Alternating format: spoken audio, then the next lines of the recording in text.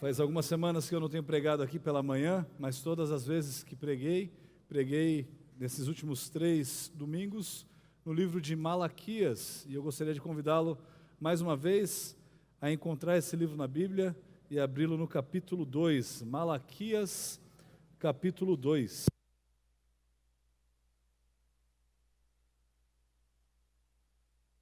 Nós vimos que o livro de Malaquias é um livro que foi escrito Malaquias, conhecido como mensageiro do Senhor, e ele foi escrito para o povo de Deus que estava de volta do exílio há mais ou menos 100 anos. Então o povo de Deus, já vivendo na sua terra de volta do exílio, começa a levantar questionamentos sobre a bondade, a misericórdia de Deus, sobre o amor de Deus e assim por diante. E nós vimos também, ao longo dessas mensagens, que o livro de Malaquias é um livro um pouco diferente.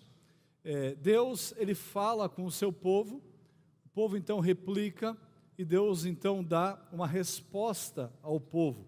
Isso acontece, segundo alguns teólogos, 6 vezes, segundo outros, 7 vezes ao longo do livro. E nós vimos nessas últimas 3 mensagens, em primeiro lugar, que o povo estava declarando que Deus não amava o povo. E Deus diz: olha, eu amo vocês. E ele prova isso dizendo a eles que ele escolheu a Jacó e odiou a Esaú. E para nós isso soa como algo completamente fora. Como esse argumento pode funcionar? Bom, funciona da seguinte forma: eu escolhi a Jacó, que não merecia absolutamente nada, e cumpri as minhas promessas feitas a ele, que na verdade foram feitas a vocês. Então, por todos esses anos, eu tenho cumprido o meu amor, as minhas promessas por vocês, povo que não merecia absolutamente nada. A segunda disputa, ou o segundo embate, é um embate onde nós aprendemos que Deus, ele deve receber o nosso melhor. Por isso intitulei a mensagem naquela ocasião de que Deus, ele não se contenta e não deve receber o nosso resto, simplesmente aquilo que sobrou. Deus deve receber o nosso melhor, ele deve ser honrado, ele deve ser adorado.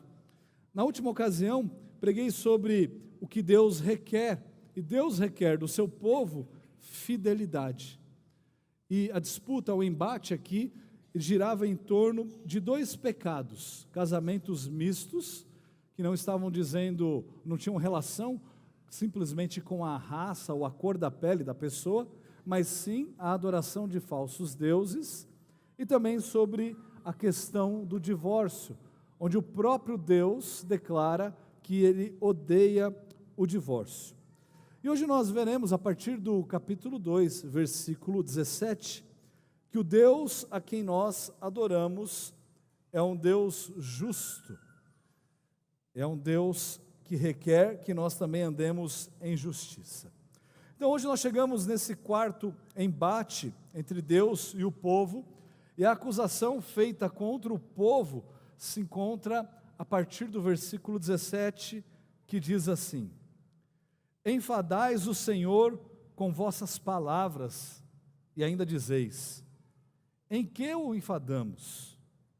Nisto que pensais: qualquer que faz o mal, passa por bom aos olhos do Senhor, e desses é que ele se agrada. Ou, onde está o Deus do juízo? Ou seja, o povo está perguntando a Deus: como é que nós temos te enfadado, ó Deus? E Deus, por sua vez, ele faz uma réplica, e ele diz ao povo: de 2 formas vocês têm me enfadado. Todos os que fazem o mal são bons aos olhos do Senhor, e o Senhor se agrada deles, é o que vocês estão dizendo. Em segundo lugar, vocês estão questionando: onde está o Deus da justiça? O que o povo está dizendo era: Deus é injusto, Deus se compraz na prosperidade dos ímpios. Irmãos, o que o povo estava fazendo era colocar o Deus do universo, o santo Deus, o soberano Deus, no trono ou no banco dos réus. O povo já tinha sua sentença contra Deus. Eles já haviam acusado a Deus, e agora eles estavam declarando de forma jocosa e declarando abertamente o seu julgamento.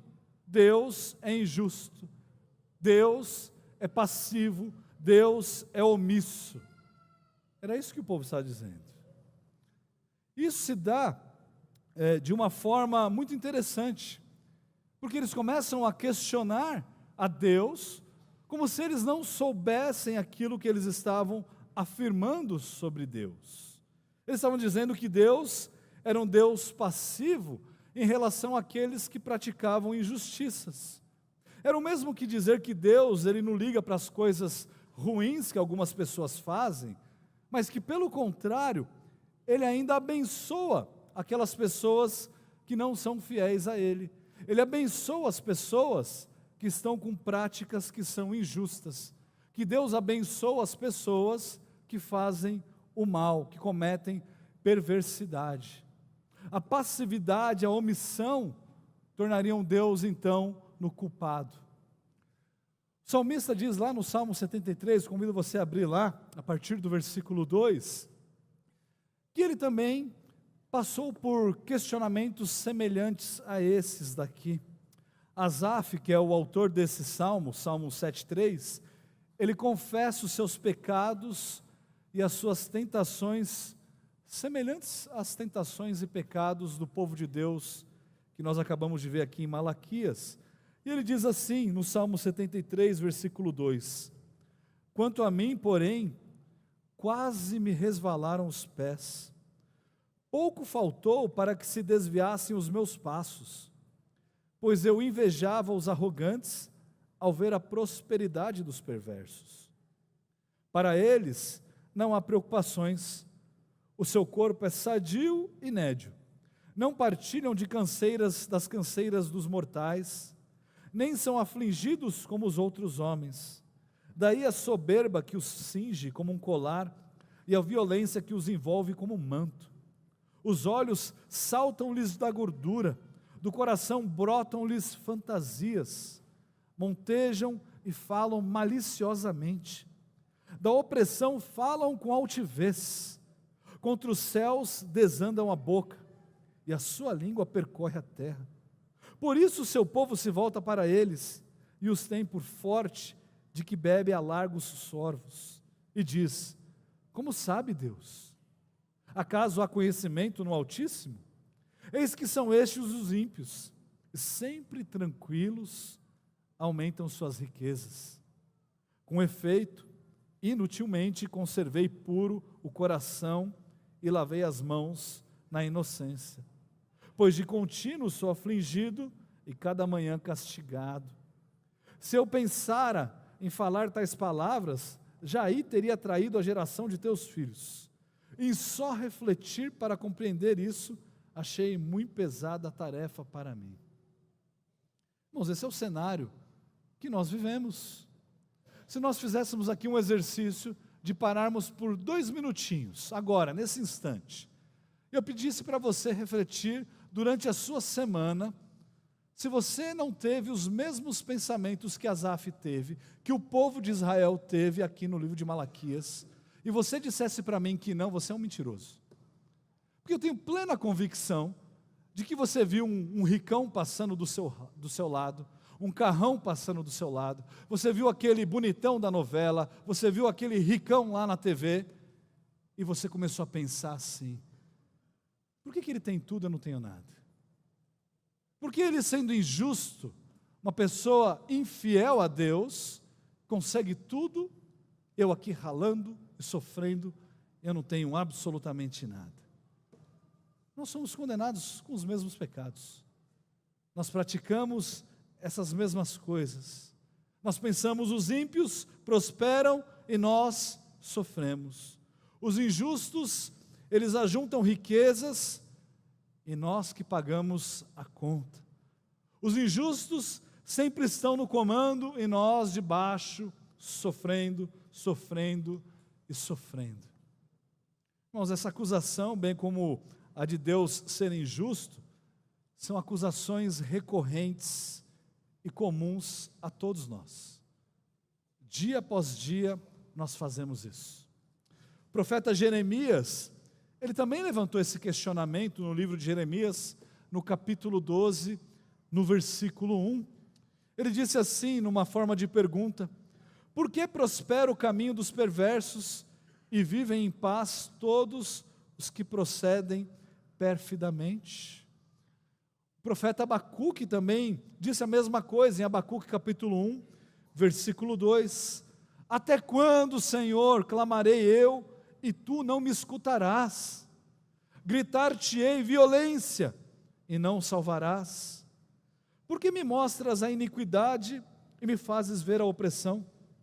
Pois a destruição e a violência estão diante de mim, há contendas e o litígio se suscita. Por esta causa a lei se afrouxa, a justiça nunca se manifesta, porque o perverso cerca o justo, a justiça é torcida. Essa é uma realidade contínua, essa é uma realidade antiga. Essa não era a primeira vez que o povo de Deus, e também não seria a última vez que o povo de Deus levantaria essas acusações contra o próprio Deus. Sofonias também relata isso, lá em Sofonias 1,12, dizendo assim: o Senhor não faz bem, nem faz mal, como se o Senhor fosse neutro, como se o Senhor não agisse. Irmãos, nós somos culpados disso. Nós fazemos isso dia após dia. A segunda acusação também não é uma acusação desconhecida a nós. Eles diziam: bom, se Deus existe, por que tanta injustiça? Não é isso que os filósofos dizem hoje em dia? Ou, nas palavras do povo, onde está o Deus da justiça? Onde está o Deus do juízo? Segundo eles, bem como segundo os secularistas do nosso dia atual, segundo os ateus, segundo os modernistas, segundo os pós-modernistas, segundo os intelectuais dos nossos dias, Deus é um Deus injusto, se é que Ele existe. Porque se Ele existe, como que Ele vai permitir que a injustiça ocorra com pessoas que são inocentes? Na verdade, que sempre que os desastres naturais ocorrem, uma das primeiras perguntas que nós levantamos é a seguinte: por que, sendo Deus justo, Ele permite que essas coisas ocorram com pessoas inocentes? Por que será que Deus permitiu que desastres naturais como essas queimadas ocorressem no Brasil nessas últimas semanas? Ou nós perguntamos assim: onde estava Deus quando aquela boate pegou fogo e todos aqueles jovens morreram trancados dentro da boate? Se você é um pouquinho mais velho, você certamente já foi perguntado: onde estava Deus quando veio aquele tsunami gigantesco lá no Oriente e matou centenas de milhares de pessoas? Pessoas que eram inocentes. Você já ouviu alguém falar assim: onde estava Deus quando as torres gêmeas caíram? Onde estava Deus quando aquele meu ente querido, aquela pessoa tão próxima, pessoa séria, fiel a Deus, pessoa boa, morreu de forma chocante, ou em sofrimento? Irmãos, esse é o clamor do mundo.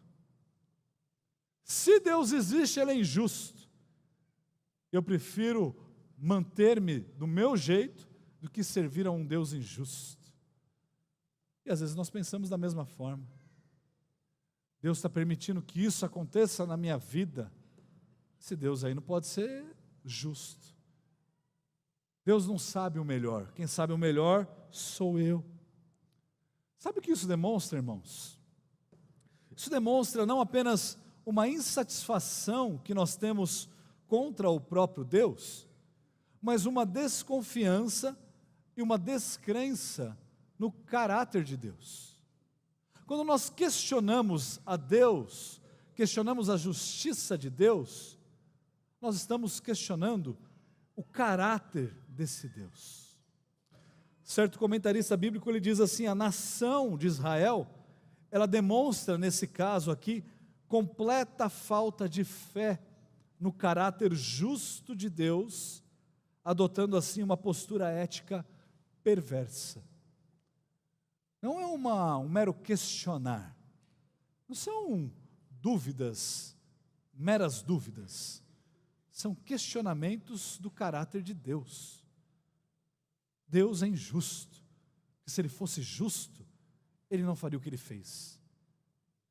Se você pudesse completar ainda o pensamento, você diria assim: Ele faria o que eu faria. E no final das contas, nós estamos dizendo: eu sou Deus.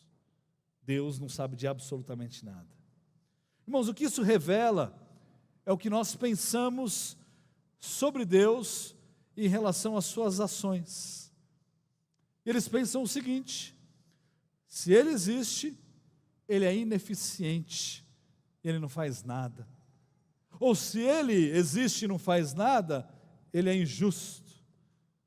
E o problema é que nós colocamos Deus no banco dos réus, assim como o povo estava fazendo, e nós fazemos essas afirmações e acusações falsas, das quais nós não temos um pleno conhecimento, ao mesmo tempo que nós nos esquecemos das bênçãos que Deus nos proporciona. Talvez nós sejamos demasiadamente míopes para olharmos as bênçãos de Deus, mas nós temos a vista perfeita para perceber aquilo que nós chamamos de injustiças que Deus coloca sobre nós. O mesmo Deus que traz bênçãos, irmãos, é também um Deus que traz bênçãos não só a cristãos, como a pagãos. Mas Ele não se limita somente a isso. Ele também traz punição. Ele também traz maldição. Mateus 5,45 diz assim: para que vos torneis filhos do vosso Pai Celeste, porque Ele faz nascer o seu sol sobre maus e sobre bons, e vir chuvas sobre justos e sobre injustos. Nós não devemos nos esquecer das bênçãos de Deus.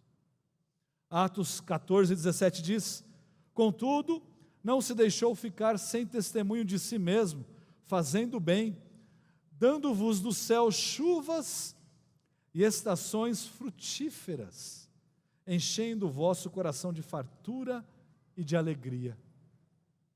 Isso ocorre apenas com os cristãos? Ocorre com os pagãos. Mas muitas vezes nós corremos com os pagãos e preferimos tampar os nossos olhos para as bênçãos que Deus nos dá e dizemos assim: não, Deus só me dá problemas, Deus só me traz maldição, Deus só me traz aquilo que eu não consigo sustentar, que também é uma mentira.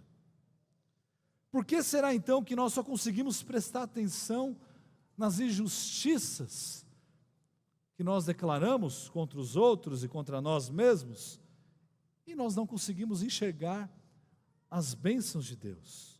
Por que será que nós não conseguimos aceitar de Deus aquilo que não são bênçãos, como se tais jamais pudessem ser dadas aos seus filhos?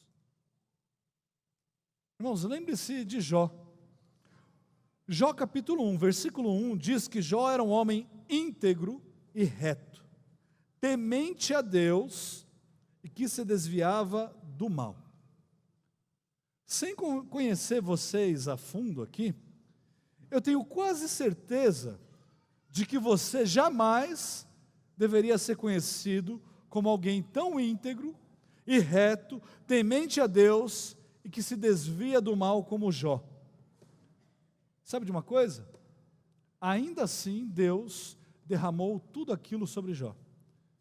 E Jó sofreu, sofreu, sofreu e sofreu. E no final das contas, ele obteve a resposta do porquê ele sofreu tanto? Não. Deus diz para Jó: contente-se com aquilo que eu te apresento.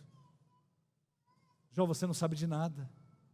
E por 3 capítulos, irmãos, Deus questiona Jó sobre quem de fato é soberano, quem de fato está no controle de tudo, quem de fato é Deus. Será que nós somos tão tolos assim, para achar que aqueles 18 sobre os quais o próprio Senhor Jesus disse que desabou a torre de Siloé sobre eles e os mataram, eram mais culpados do que todos os outros habitantes de Jerusalém, lá em Lucas 13, versículo 4? Jamais. Como o próprio Senhor Jesus explica, a questão não era se eles eram mais ou menos culpados. Isso pouco importa, porque diante dos olhos de Deus, todos nós somos inesculpáveis e culpados, a não ser que estejamos em Cristo. Romanos 3, 23 diz que todos pecaram e necessitam, carecem da glória de Deus. Isso porque Romanos 6, 23 diz que o salário do pecado, aquilo que você ganha no final de pecar, é a morte. Mas o dom gratuito de Deus é a vida eterna em Cristo Jesus, o nosso Senhor. Assim como Deus faz com Jó, irmãos, Ele faz com o seu povo, lá no livro de Malaquias. Deus, Ele não dá resposta às indagações que Ele recebe do povo, mas Ele declara o que Ele vai fazer. Ele diz para o povo assim: olha, sabe de uma coisa? Segura então a resposta. É isso que eu vou fazer com vocês. A imagem que nós podemos formular aqui na nossa mente, então, é a de Deus se levantando do banco dos réus, onde o povo o colocou, e se colocando então no assento do juiz, no assento que lhe é devido. Então ele profere a sentença, aquela sentença que somente aquele que é o juiz supremo, que governa sobre tudo e sobre todos, pode dar. Ele começa a declarar aquilo que ele faria com o seu povo, a partir do versículo 1 do capítulo 3. Ele diz que ele enviaria o seu mensageiro e depois aquele que purificaria o seu povo. Malaquias 3:1 diz assim: eis que eu envio o meu mensageiro, que preparará o caminho diante de mim. De repente virá ao seu templo o Senhor, a quem vós buscais, o anjo da aliança, a quem vós desejais. Eis que ele vem, diz o Senhor dos exércitos. Irmãos, o que esse texto de Malaquias faz é nos dar mais esperança como cristãos. Pois Deus, ele promete aqui nesse texto que ele enviaria aquele que prepararia o caminho diante do anjo da aliança. Jesus, ele menciona 3 vezes esse texto de Malaquias, ali no livro de Mateus, no livro de Marcos e no livro de Lucas. E todas as vezes que ele faz menção dessa passagem, ele aponta para um mensageiro sendo João Batista. Percebe, irmãos? É um cumprimento de promessa. O que nós estamos vendo aqui é uma promessa dada pelo próprio Deus 400 anos antes de que ela viesse a ocorrer. E quando João vem, nós temos a plena certeza de que essa palavra de Deus está se cumprindo. Como o próprio profeta Malaquias retrata no capítulo 4, João viria no espírito de Elias. Ele viria como aquele que era maior do que todos os outros homens. Mas após ele, viria alguém que era ainda maior. Esse era aquele que todos nós ansiávamos, como as promessas do Antigo Testamento diziam, o anjo da aliança. Ele era o Senhor a quem vós buscais, o anjo da aliança a quem vós desejais. E eis que ele vem, diz o Senhor dos exércitos. E ele veio. Ele veio, como Gálatas 4:4 diz, na plenitude dos tempos, no tempo oportuno, no tempo adequado, no momento certo, na localização certa, como cumprimento de promessas feitas anos e anos e séculos antes da sua vinda. E que Jesus veio é fato. Concorde você ou não? Os historiadores sérios, todos concordam com isso. Até aqueles com quem nós não concordamos, concordam com isso. E também concordam que esse Jesus não era qualquer um, mas era um homem diferente. E nós sabemos por quê? Porque ele não era só homem, mas ele era também Deus. O rei que os judeus tanto ansiavam chegou. E mesmo assim os judeus, o seu povo, o rejeitaram. Jesus veio aqui de forma repentina. Ele foi ao seu templo, foi ao seu povo, mas ele não encerrou todas as suas coisas, tudo aquilo que ele haveria de fazer nessa única e primeira vinda. Mas ele prometeu que ele voltaria. Jesus veio, cumpriu as promessas, morreu, ressuscitou, e antes de subir assunto aos céus, ele prometeu que retornaria. E agora nós aguardamos a sua segunda vinda. E no versículo seguinte, nós vemos que a sua segunda vinda, ela se difere dessa primeira vinda. Mas nós precisamos entender que ao interpretar a revelação de Deus ao longo do Antigo Testamento, nós precisamos buscar no Novo Testamento as revelações que Deus nos dá, da luz que Deus estava apontando. Então Deus, ele promete algumas coisas, ele revela algumas coisas eram pertinentes àquele momento, serviriam para aquele momento, mas algumas outras coisas ocorreriam lá na frente. E o que nós vemos aqui é exatamente isso.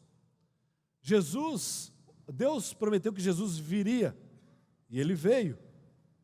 Mas nós vemos que Jesus ainda promete que ele virá novamente. E diferente dessa primeira vinda, na sua segunda vinda, ele virá como um juiz, bem como um purificador. Então, nos versículos 2 e no versículo 3, Deus responde a primeira acusação feita contra ele, a acusação de que Deus era um Deus omisso.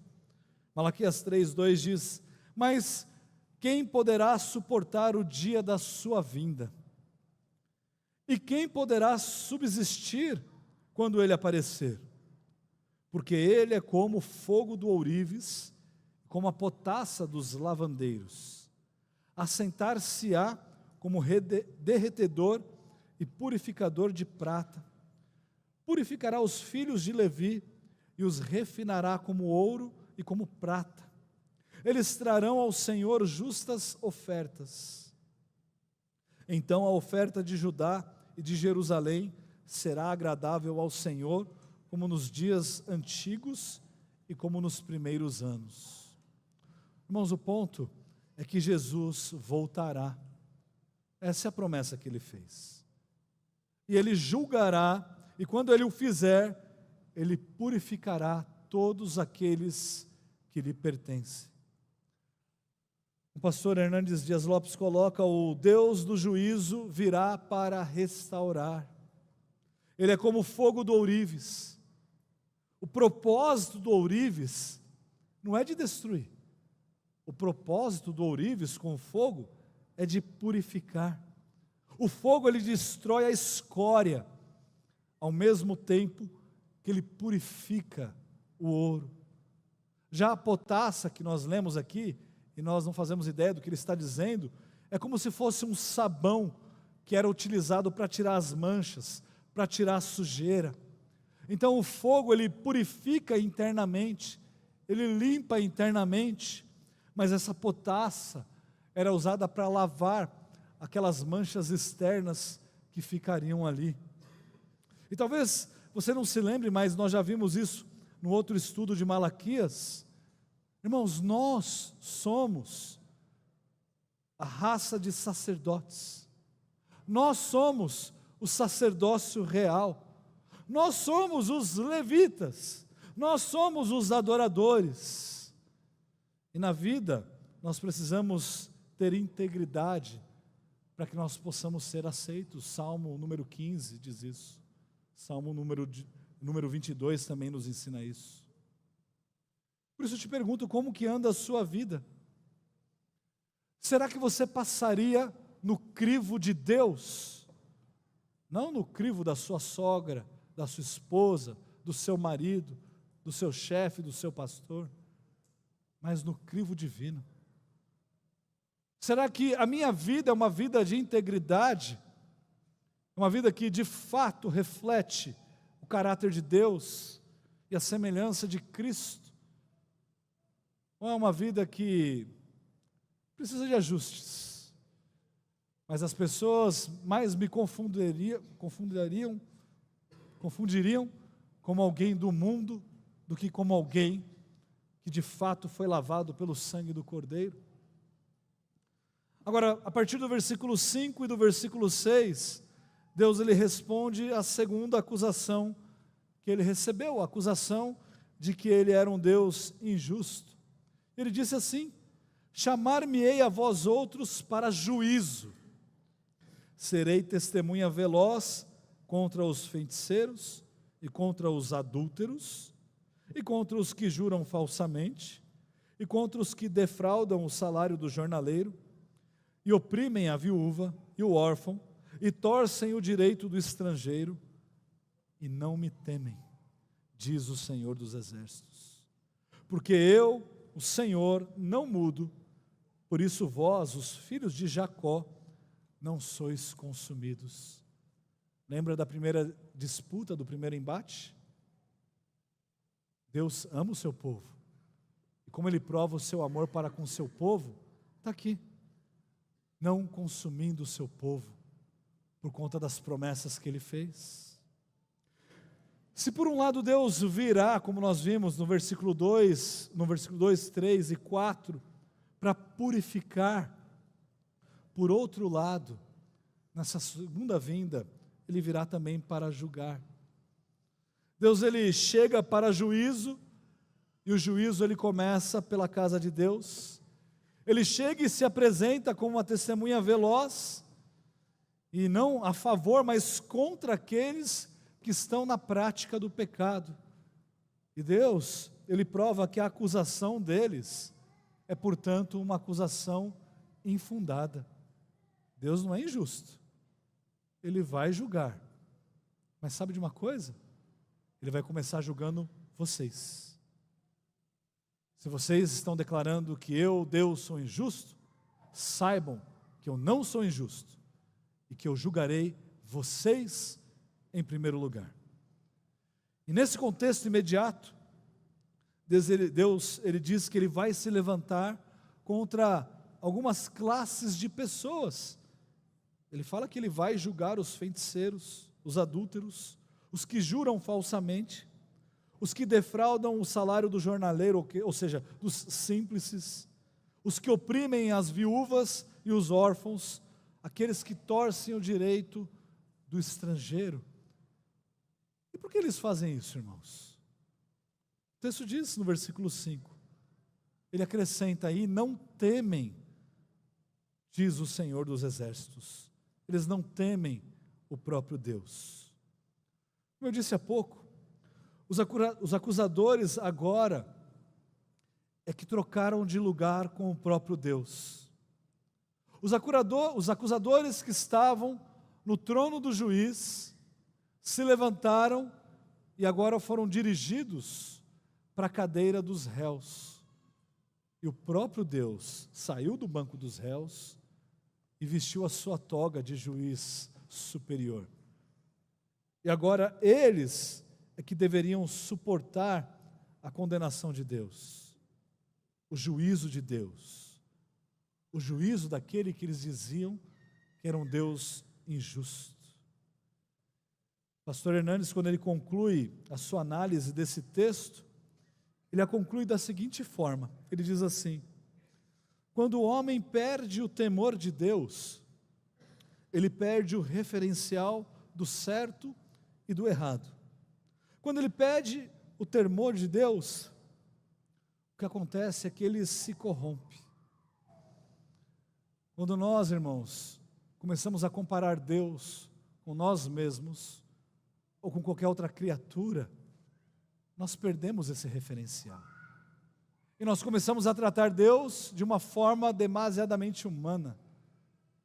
Nós começamos a achar que Deus deve agir e fazer as mesmas coisas que nós julgamos como sendo corretas, perfeitas, certas. Jamais eu faria isso. Jamais eu faria aquilo.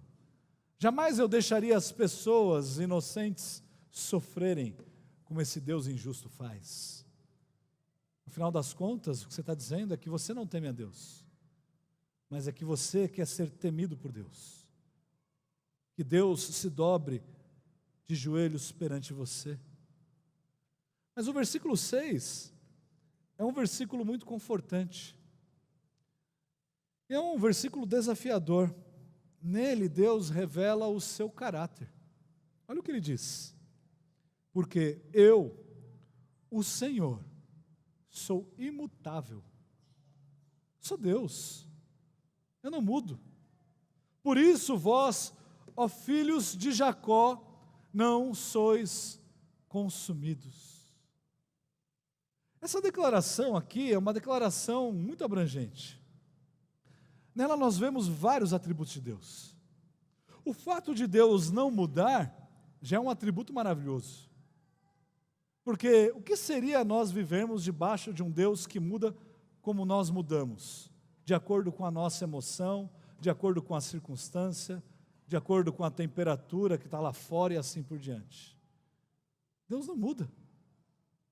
Porque se Deus mudasse, estaríamos fritos. Pense comigo também que isso aqui é uma demonstração do atributo da misericórdia de Deus.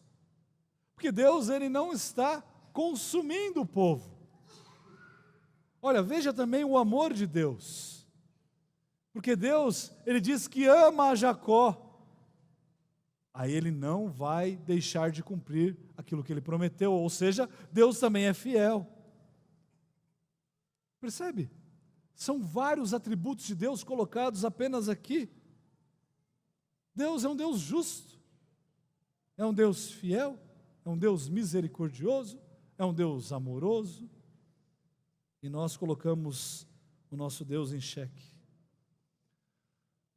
Com isso, irmãos, nós devemos aprender algumas coisas. Dentre elas, nós deveremos aprender que o Deus a quem nós servimos é um Deus santo. Deus, ele não é um Deus, sendo santo, um Deus imparcial, ou seja, tendencioso, injusto, ou qualquer outra coisa que nós possamos acusá-lo. Mas ele é um Deus 3 vezes santo. O seu ser, o seu caráter, é que serve de base para absolutamente qualquer outra comparação, e não o contrário. Por isso, quando nós lemos a palavra de Deus, nós não lemos a palavra de Deus pensando o seguinte: olha, esse texto significa para mim isso, isso e aquilo. Pouco importa o que ele significa para você. O que importa é o que ele significa para Deus. O que Deus disse é a verdade de Deus revelada. Agora, você não muda a verdade de Deus conforme o seu achismo. Você obedece à palavra de Deus. Deus é um Deus santo, e o seu caráter, o seu ser, é a base para absolutamente tudo. E é por isso que nós devemos agradá-lo, é por isso que nós devemos honrá-lo. Em segundo lugar, nós aprendemos também que Deus não é um Deus passivo, mas Ele julga retamente segundo o seu caráter. Porque se Ele nos julgasse segundo o nosso caráter, todos nós receberíamos condenação. Mas por ser Deus um Deus misericordioso, nós podemos dar graças a Deus. A questão é se nós estamos agindo como se nós fôssemos Deus, muitas vezes.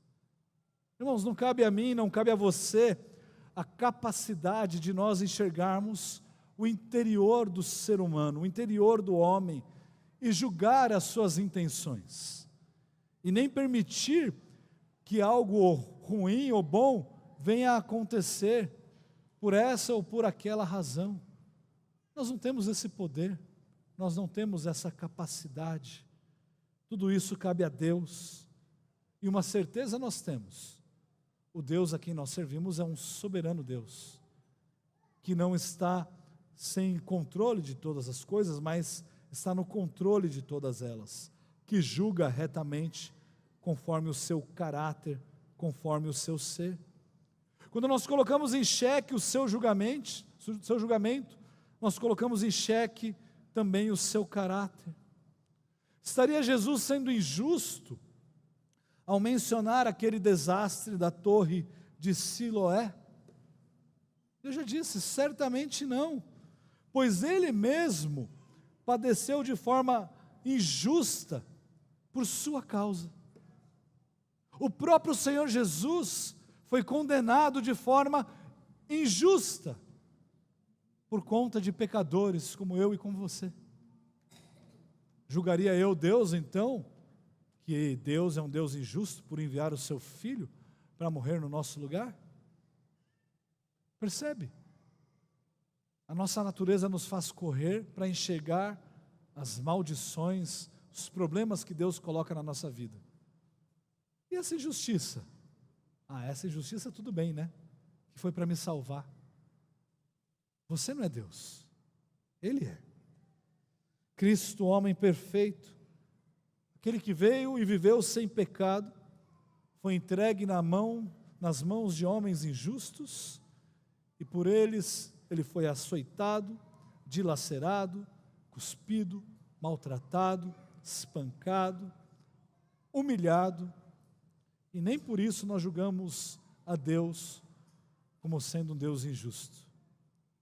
De fato, o que nós precisamos é confiar em Deus, independentemente das circunstâncias que nós estejamos passando, nós precisamos confiar em Deus.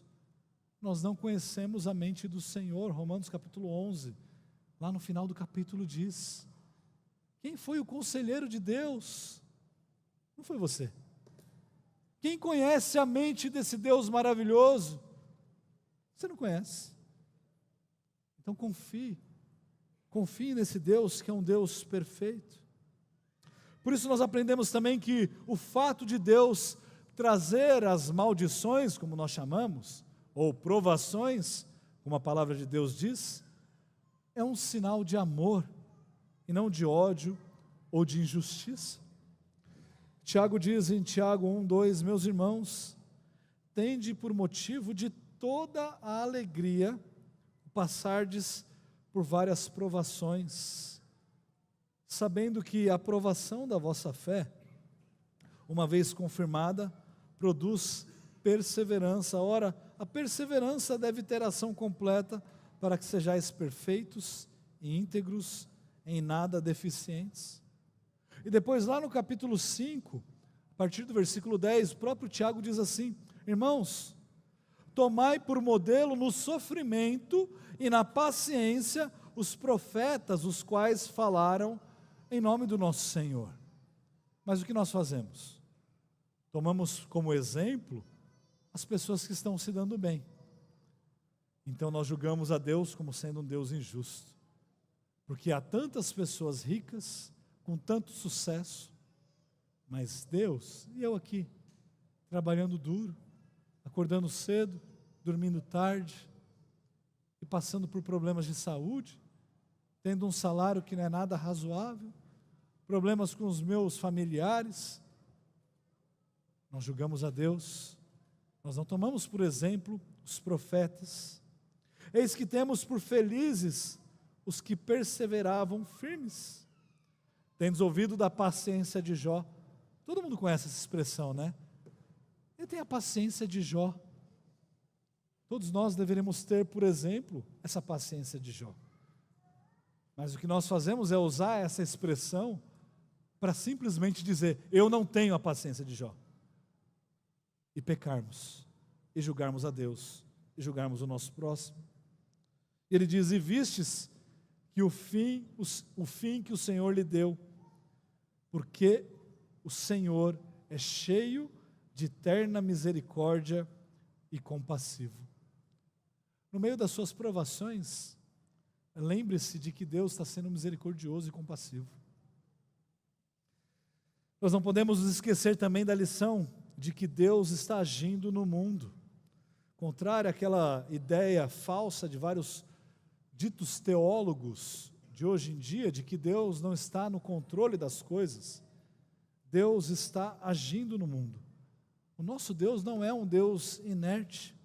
Os grandes e os poderosos se levantam contra o seu ungido, e tudo que parece que nós conseguimos enxergar está debaixo da mão desses homens. Mas o salmista diz: ri-se aquele que habita nos céus, o Senhor zomba deles. Nosso Deus é infinitamente mais poderoso. Nós aprendemos também de uma vez por todas que Deus não se deleita no pecado. E essas acusações contra Deus são pecado, são o nosso pecado, ditas por um outro povo. O salmista diz no Salmo 5, versículo 4: pois tu não és Deus que se agrade com a iniquidade. Aprendam isso, irmãos. Por isso que Deus virá e julgará, purificará os seus e condenará aqueles que não estão em Cristo. Deus odeia o pecado, e não há como odiar o pecado sem odiar aquele que pratica o pecado, porque o pecado é a desobediência à lei de Deus. Para desobedecer você precisa de um ente, de um ser. Deus odeia aquele que comete pecado. Ele diz aqui: Deus não se agrada da iniquidade, contigo não subsiste o mal. O nosso Deus não passa pano, o nosso Deus não é injusto, é um Deus fiel, um Deus justo. Os arrogantes não permanecerão à tua vista, aborreces ou odeias a todos os que praticam a iniquidade. Precisamos ser mais claros do que isso? Deus odeia a todos que praticam a iniquidade. Tu destróis os que proferem mentira. O Senhor abomina ao sanguinário e ao fraudulento. Por último, mas certamente não menos importante, é a lição de que nós aprendemos de que o nosso Deus não é um Deus tardio. Ele faz tudo no seu devido tempo, no momento certo. Talvez esse momento não pareça certo para você, mas é o momento perfeito, é o momento adequado, segundo a vontade dEle. No seu devido tempo, todos nós prestaremos contas a Deus. E alguns serão refinados e purificados para o pleno serviço e glória a Deus, enquanto outros serão julgados e serão lançados fora. Irmãos, o nosso Deus é um Deus justo, e por ser justo, Ele certamente voltará para cumprir a sua palavra e nos julgar. Assim como o povo na época de Malaquias, talvez nós estejamos colocando Deus no banco dos réus, e nós fazemos isso porque nós perdemos o nosso temor de Deus, porque nós tratamos a Deus como nós tratamos o nosso próximo, como apenas mais um ser humano. Nós nos esquecemos de quem Ele de fato é. Irmãos, que nós nos preparemos para o glorioso dia do nosso Deus, um dia de glória indizível, que nós seremos reunidos e separados das trevas. Quando Ele se achegar para o juízo, que nós possamos ser achados, purificados, e pelo fogo sermos mais purificados ainda. Que naquele dia nós possamos ser encontrados por Cristo e sermos recebidos por Ele e não lançados fora. Senhor nosso Deus, tenha misericórdia de nós Perdoa-nos, ó Pai, das nossas iniquidades, dos nossos pecados.